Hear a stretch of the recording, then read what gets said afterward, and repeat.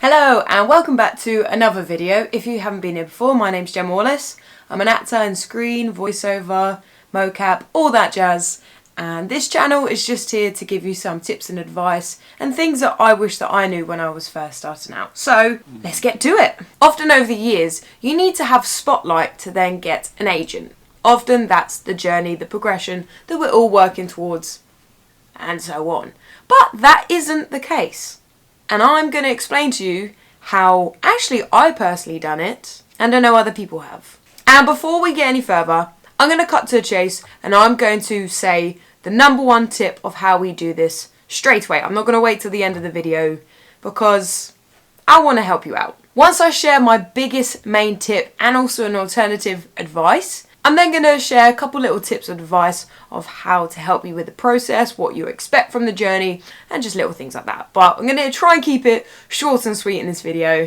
So whilst I've got you, please give it a like, thumbs up, subscribe, all that jazz, because it helps me with my future videos. But anyway, enough of that. Now here is the number one thing of how you get an agent without spotlight. Here we go. Now the number one tip of the day is find an agency that doesn't require you to have spotlight. Now, before you come for me, it may sound obvious, but it's not always the case. Often, especially now and today's day, you most likely do need spotlight for anything when you're starting out in acting. But there are several agencies that don't actually mind you not having spotlight, especially because you're just starting out.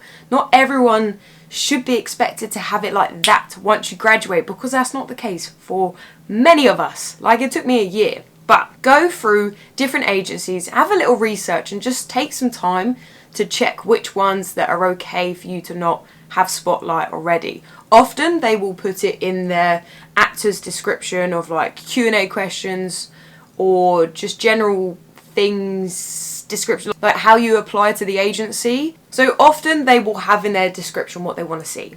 For example, if you're going for more of a screen agency, they will ask for a self-tape, whether it's like a monologue, duologue, basically just something that they can see you. Or if you're going towards something that's more theatre based, they might want to come and see you perform. You know, if you're doing a play, end of year show, you're in a Amdram company, all that sort of thing, they just want to see you perform, whether it's live or in a self-tape or any footage that you already have. So they often ask for a self-tape. Alongside that, they normally ask the general details and information, like a general CV that you've made, which is just equivalent to like a spotlight CV. They will want to see that. Any showreel material, links, basically just anything they can see you with, they want that. So just be expected to obviously do a self-tape, maybe a couple video calls and meetings with them. It's very normal, even in live person audition. It does happen, but yeah, there are so many agencies that don't mind this, especially ones that are just starting out. They're normally a lot more flexible, or if they're looking for graduates and you're a graduate yourself, this is a perfect kind of way into an agency without having spotlight, because they will help you then get on spotlight. Remember this, an agent can help you get on spotlight.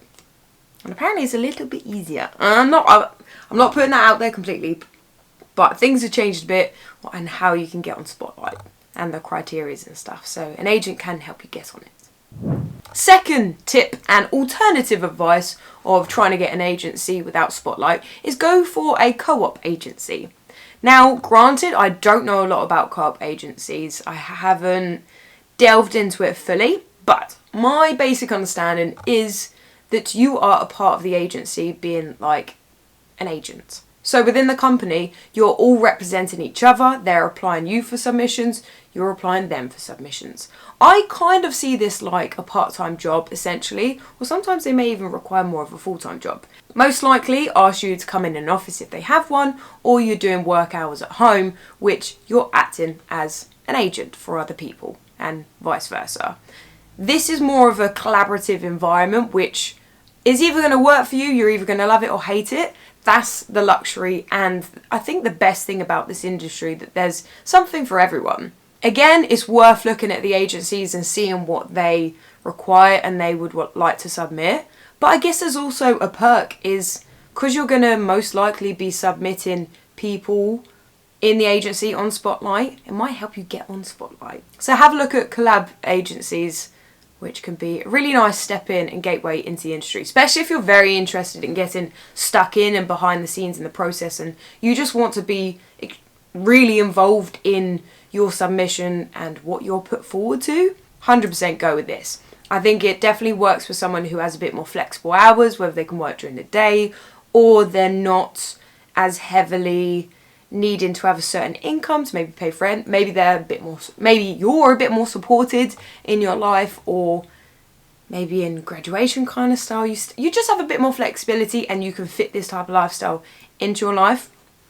Definitely go for it, because you'll be working with like-minded actors like yourself, each striving towards the same thing and, you know, supporting each other. It's more of a, as I said, a collaborative environment.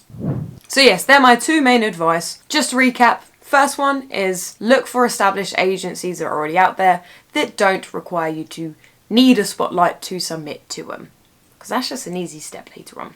Second one, co-op agencies. Again, if they don't mind you not having a spotlight. Please don't bite my head off if this is a little bit too obvious, but sometimes we may just not know. I didn't know these things when I first started out, and maybe you didn't. So hopefully this can help you just a little bit. But here's a couple more little advice and things that I wish I knew / I just wanted to share with you today. So I hope you enjoy.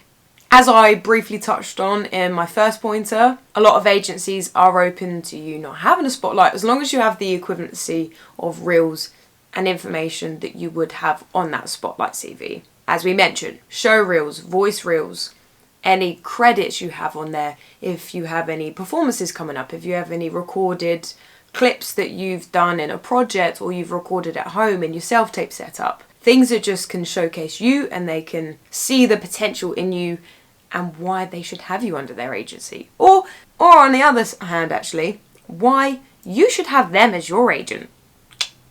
That's how it should be. As we mentioned, they may require you to send over a self-tape. Often than not, monologue's the best option, or have a duologue. I would just recommend maybe having someone to read in if you're going to do a duologue. Best way to get a natural reaction and performance. But simple self-tape setup is the way to go. Keep it simple. Remember, they want to see you, so show them you. Now, if it's not stated on their website whether they will accept people without spotlight, why not just send them an email? Of course, keep it short and sweet, but say and ask if they will consider someone without spotlight, but here's everything else that I can present you to show what I've done, where I'm at, where I've trained, and the potential that I have, and why, you know, you want to collab with them, why you want to work with them. Because if they love you, then they will not mind this little step. Remember, it's a stepping stone. It's just part of your journey. You're just doing it in a different order. Also, what I really want to point out here is it's not the be all and end all. It's not the end of the world if you don't get an agent or you don't get a spotlight straight away when you're starting out. Whether you've just graduated or you're just entering this industry as a professional, like, please try not to stress too much. Like, I've been there myself. After I graduated, I thought these were the key stepping stones that I had to tick off and have in the bag straight away. And if I didn't, I've failed and wasted all my time in education trying to train to be an actor. Like, yeah, I've been there. I get that it's a big achievement and it's accomplishment, but remember that it's not the only way and it takes time and it's different for everyone. You know, I didn't get an agent until about, I think it was like a year after I graduated. It wasn't until like 2 years after, then I got a spotlight. I even had someone say that they don't know how I even got a spotlight. It was a bit rude, but take it as is. But yeah, it's different for everyone. And of course, as you know, as I just said, it is an achievement and it is a really nice, you know, pat on the back to yourself saying, I've achieved that, I've accomplished that, and I've got those things. Yes, there's nothing wrong with that. It's awesome feeling getting on spotlight and getting an agent. But remember, it's all part of your journey. For a lot of us, it's not going to happen straight away. It's not going to literally be, oh yeah, you know, I'm going to submit and then I'm going to get in straight away, and the first agent I email, they're going to want me. It's not always the case. Often, and literally I've been there, I've sent so many emails to so many agencies asking to consider me. A lot of them, or most of them, don't even reply because they get so many submissions as it is. A lot of them will say no because they may have someone like me on their books, or I'm just not experienced enough, I need a bit more work. Literally how it is. But yeah, just don't get yourself down too much. It's a journey, it's a lifelong career. But yeah, just don't be too hard on yourself, and you can be proactive in many different ways. There's so many different casting websites out there right now that you can submit yourself to without being on Spotlight or having an agent to do it for you. Of course, yes, you need to learn it, and you'll probably fail at a few things, and you know, it's just how it is. But I think, especially for me, when I started out being more representing myself, I started to learn the business slowly but surely, and started to realise what I wanted to submit to, what roles I wanted to be. Learning how to talk to different people, whether it's casting directors, you name it. You start to learn it, and I think it's a lot more beneficial than straight away getting someone else to manage you and you having kind of no idea and being a bit clueless. I do think it's really beneficial to understand the process and, you know, a bit of the ins and outs of the industry. So think of it as a really good learning opportunity for yourself. Like I said, treat it more as you're not just a performer, it's a business. This is your career. You can do so many other things, like you can go to networking events, great way to meet different people, find out who they're with, like what agencies they're with. You can see if they can recommend you, or even, as bad as it sounds, find out which agencies you shouldn't be with, whether it's because they got bad rep or certain things. Like, as much as I never want to be negative, and of course everyone has different experiences, and I would never straight out say something because unless it's genuine and, you know, it's for safety or things like that, you make up your own decision. I never want to project my views and experiences with certain, I don't know, companies, whatever, onto you. But it's always good to hear, you know, people's experiences, whether they did get any casting calls with them, whether they were ignored or they had great communication. It's good to find out what you think you would work great alongside, like an agent, if they sound like you would work really well with them, or you wouldn't. Yeah, just get people's recommendations, see what people are doing. Just keep networking, talk to people, film stuff at home, join amateur dramatics, you name it. Like, there's so much you can do and being proactive and applying to jobs rather than just waiting for an agent or doing the not the cliche, but the stereotype of landing an agent, landing Spotlight, and then sitting back and doing nothing, expecting the roles to come to you. 9 times out of 10, that's not going to work for us. So we need to do stuff. Take myself, for example. Even though I got an agent a year or so after I graduated, I didn't get any roles with them. And to be fair, to this day, apart from my mocap agency, she is the bomb, I just unfortunately haven't landed any roles with my acting agencies. That could be because we just weren't the right click, wasn't the right time. Maybe it was my performances, probably, well, actually no, it can't be my performances. Could be my reels, could be my headshots, you name it. All these different factors come into play, but I've got all my acting roles myself so far. So it's not impossible. You can do it, just takes time. But anyway, that's the end of my advice and tips and me going on. I hopefully didn't go on too much and didn't blabber like I normally do. But I really hope this did help you a little bit.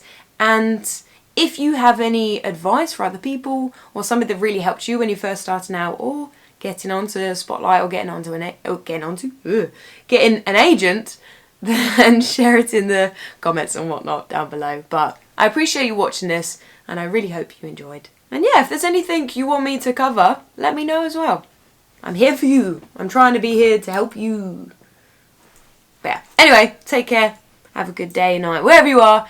And I'll see you in my next video. I'm going to be uploading like once a month, okay? Bye.